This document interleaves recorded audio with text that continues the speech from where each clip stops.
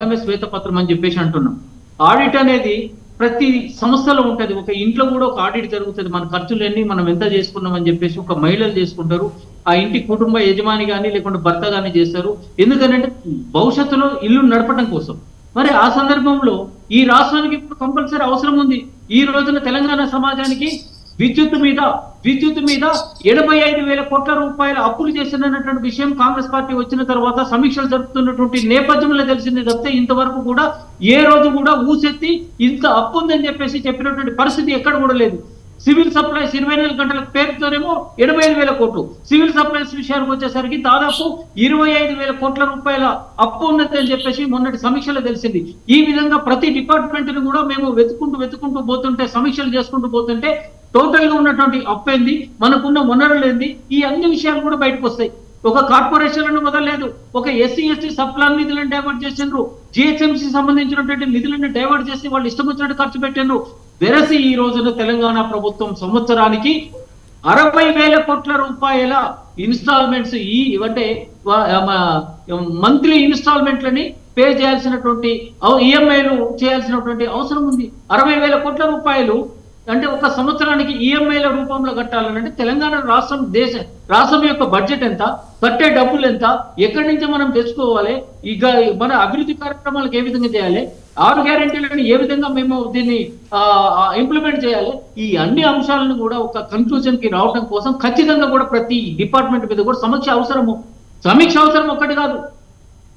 గతంలో జరిగినటువంటి మోసాలకి కానీ అవినీతిని కానీ లేకపోతే వాళ్ళ యొక్క ట్రాన్స్పరెన్సీని కానీ లేకుంటే వాళ్ళ యొక్క గొప్పతనాన్ని కానీ తెలంగాణ ప్రజలకు చూపించాల్సినటువంటి అవసరం ఉంది. నిజంగానే గతంలో అభివృద్ధి బాగా జరిగింది, ఒక ఫైనాన్షియల్ డిసిప్లిన్ ఉందనుకోండి, షహబాజ్ కేసీఆర్ గారు మీరు బ్రహ్మాండంగా చేసిండ్రు అని చెప్పేసి కూడా చెప్పడానికి మేము వెనుకపోమని చెప్పేసి చెప్తున్నాం.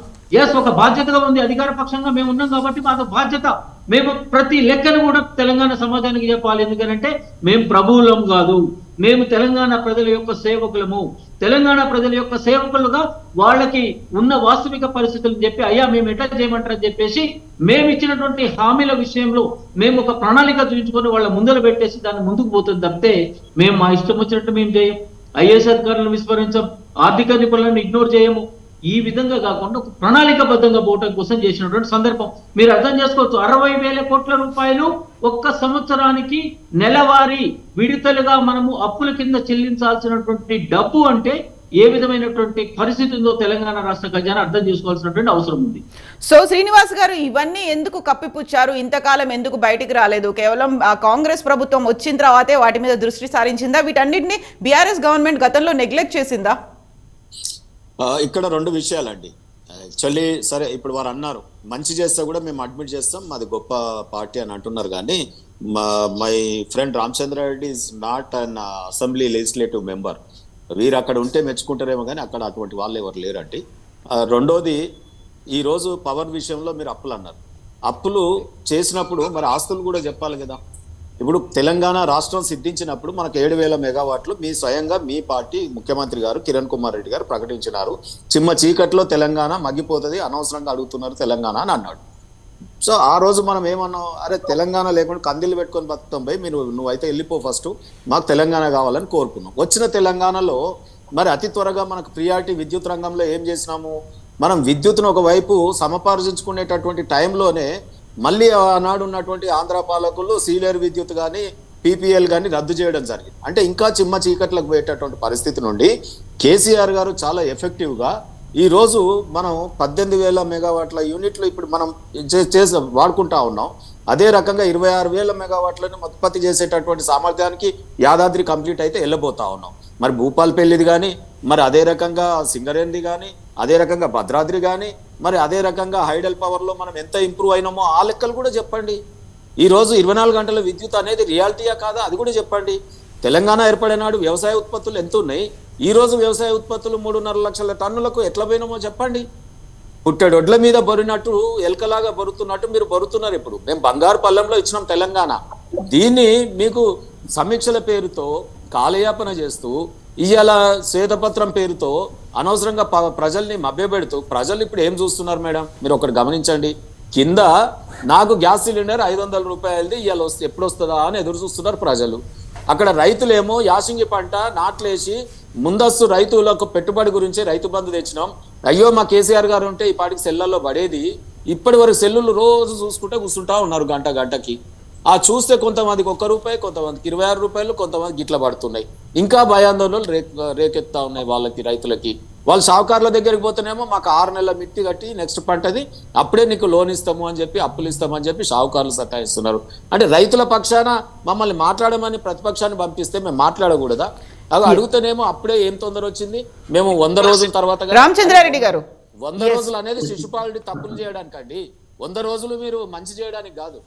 ఈ రోజు ఇమీడియట్ గా పని స్టార్ట్ చేసి ఆన్గోయింగ్ పెన్షన్ ఎందుకు ఆపాలి? ముసలి వాళ్ళకి మందులు కరువైనాయి.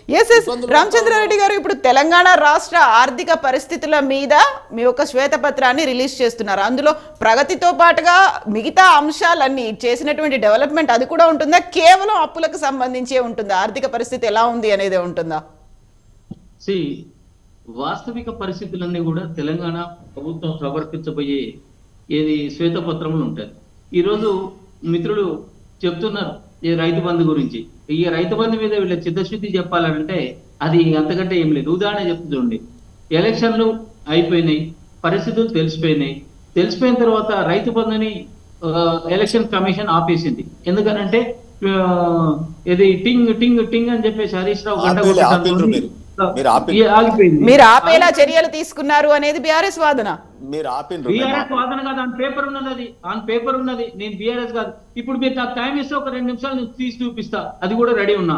అయితే చేసిన సందర్భంలో ఈ 6,000 కోట్ల రూపాయలని బిల్లులు చెల్లించడం కోసం డైవర్ట్ చేద్దామని చెప్పేసి ఒక కుటిల యత్నం చేస్తే ఈ రోజు సీఎం గారు ఆ రోజున పిసిసి అధ్యక్షుని హోదాలో మరి కాంగ్రెస్ పార్టీ మిగతా నాయకులందరితో కలిపి, అందులో నేను కూడా ఉన్నా, పోయి ఎలక్షన్ కమిషన్ కి మేము రిప్రజెంటేషన్ ఇవ్వడం జరిగింది. ఈ డబ్బులు అనేవి రైతుల కోసం ఉన్నాయి. ఎవరు వచ్చినా కానీ నెక్స్ట్ ప్రభుత్వము ఆ డబ్బులని రైతుల కోసం ఖర్చు పెట్టాల్సినటువంటి పైసలు దీన్ని డైవర్ట్ చేయడానికి వీల్లేదని చెప్పేసి ఆపింది. మేము రైతుల మీద చిత్తశుద్ధి ఉన్నది, మాకు ఆ విధంగా ఉన్నది.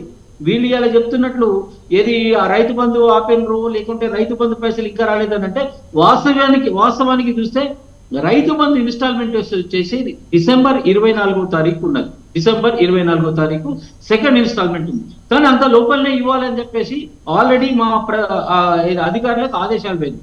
ఇంకొక విషయం ఏంటంటే, గతం నుంచి కూడా మేము చెప్తున్నాం ఒకటి, ఎవరైతే వ్యవసాయం చేసుకుంటున్నారో వాళ్ళకు మాత్రమే రైతు బంధు అనేది మేము ఇస్తాము, కౌలు రైతులకు ఇస్తాము, రైతు కూలీలకు ఇస్తాము తప్పితే వ్యవసాయం చేయకుండా ఉండే వేల కొలది ఎకరాల భూములకి రైతు బంధు వచ్చే ప్రశ్న లేదు. ఎందుకనంటే ఈ ప్రభుత్వం అనేది రైతులకి సహకరించాలి, సహాయం చేయాలి ఆర్థికంగా అన్నటువంటి ఉద్దేశంతోనని మేము అధికారంలో లేనప్పుడు కూడా ఈ విధంగా చేయమని చెప్పినాం. కాబట్టి దీన్ని స్ట్రీమ్ లైన్ చేయాల్సి ఉంటుంది. ఇట్లా ఎవరు అసలు వ్యవసాయ భూమి ఎక్కడున్నది, వ్యవసాయ యోగ్యమైనది, ఎంతమంది రైతులు వ్యవసాయం చేస్తున్నారు, కౌలుదారులు ఎంత ఉన్నది, 2011 వ్యవసాయ